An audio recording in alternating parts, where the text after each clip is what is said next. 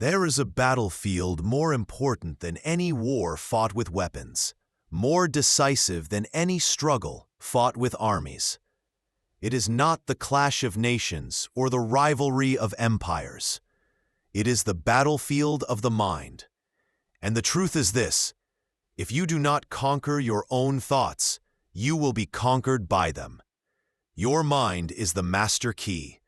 It is the steering wheel of your destiny, the forge of every victory, and the root of every defeat.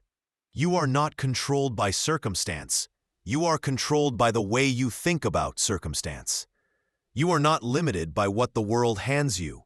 You are limited only by what your mind accepts. Napoleon Hill said, "Whatever the mind can conceive and believe, it can achieve." That is not poetry. That is law. The mind is the soil. Whatever seed you plant, faith or fear, discipline or doubt, vision or despair, that seed will grow, and it will shape the life you live. But most people never train the mind. They allow it to wander like a wild horse, galloping into fear, stumbling into distraction, trapped in cycles of doubt. And then they wonder why their life feels out of control. They wonder why they are tossed from failure to failure, never rising above mediocrity. Understand this: until you discipline your mind, until you seize it, focus it, command it, your destiny will be hijacked by weakness. The man who controls his thoughts controls his world. The woman who masters her mental state masters her fate. Think of Andrew Carnegie, born in poverty, working as a bobbin boy in a textile mill for pennies a week. By all logic, his future was written: a life of labor, struggle, obscurity. But Carnegie refused that script. He trained his mind to see beyond his present reality, to envision wealth, leadership, empire. And by mastering his thoughts, he rose from nothing to become one of the richest men in history, not by chance, but by mental command. Think of Thomas Edison, who failed thousands of times before creating the light bulb. To the untrained mind, failure is defeat. To Edison, failure was feedback. He trained his mind to translate setbacks into stepping stones, and in doing so, he brought light to the world. Think of Henry Ford, ridiculed for the idea of a horseless carriage, mocked, resisted, even betrayed by his own board.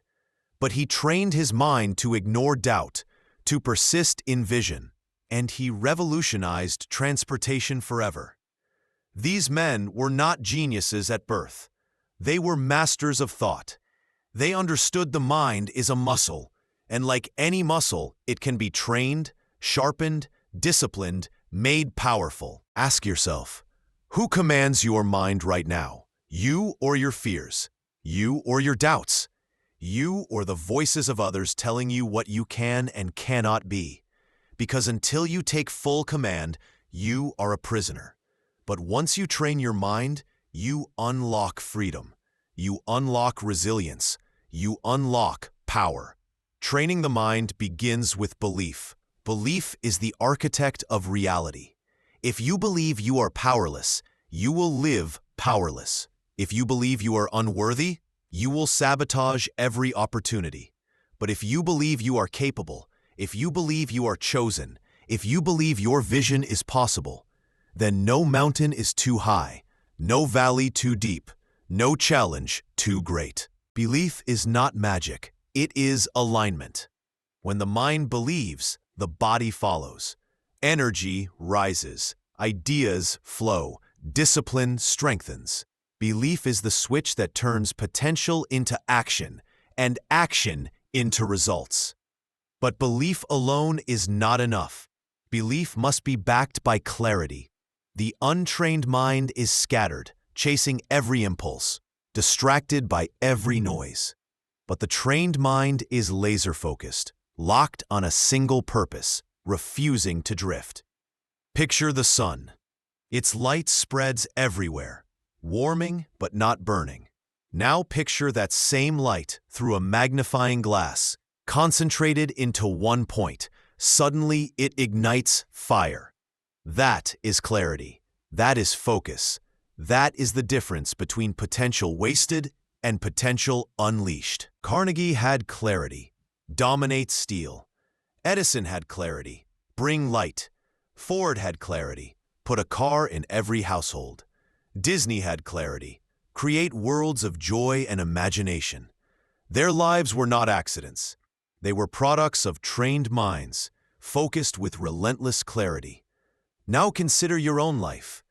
How many days have you scattered energy in 10 different directions, only to end exhausted, accomplishing nothing? How many months, even years, have you drifted without a clear target, hoping that somehow fortune would find you? That is not mastery. That is slavery. And it ends the moment you declare, "This is my purpose. This is my mission. This is the destiny I will train my mind to serve." Discipline is the next law. A trained mind does not obey moods, it obeys mission. The average person wakes when they feel like it, works when they feel like it, quits when they feel tired. The master trains their mind to command the body. Rise, work, persist, endure. Discipline is the proof that your mind rules your flesh, not the other way around. Without discipline, belief withers. Without discipline, vision dies. Without discipline, purpose is nothing but a fantasy. But with discipline, the impossible becomes inevitable. Think of athletes who train before sunrise, artists who paint until their hands bleed, entrepreneurs who work through rejection after rejection, all because their minds are disciplined to obey purpose, not comfort. And gratitude, yes, gratitude, is also a weapon of the trained mind. Gratitude does not mean passivity. It means seeing opportunity where others see nothing. It means drawing energy from every blessing, no matter how small. It means shifting the mind from scarcity to abundance, from fear to faith. Gratitude sharpens the mind because it prevents distraction by envy and complaint. The ungrateful are always comparing, always resenting, always scattered. The grateful are always focused, always moving forward, always aligned with the higher vision. Finally, resilience. The trained mind does not collapse at the first sign of defeat. It does not quit when the storm rages. It stands, it endures, it adapts. Resilience is the mark of true mastery. Lincoln lost election after election before becoming president. Edison failed thousands of times before invention. Ford faced bankruptcy before revolution. Disney endured betrayal and rejection before triumph. What kept them going was not luck, it was resilience. Born from a mind trained to see defeat not as death, but as direction. And so I say to you, your destiny will not be written by accident. It will not be handed to you by chance. It will not be given because you wish for it. Your destiny will be shaped by the one thing you and you alone can control: your mind. Train it and you rise. Neglect it and you fall. Your mind is your master key. Train it and every door will open. Train it and fear becomes fuel. Train it and vision becomes reality. Train it and destiny becomes certain. Because the truth is unshakable. The man who commands his mind commands his future. The woman who disciplines her thoughts disciplines her fate. And the one who dares to master the battlefield of the mind will master the battlefield of life.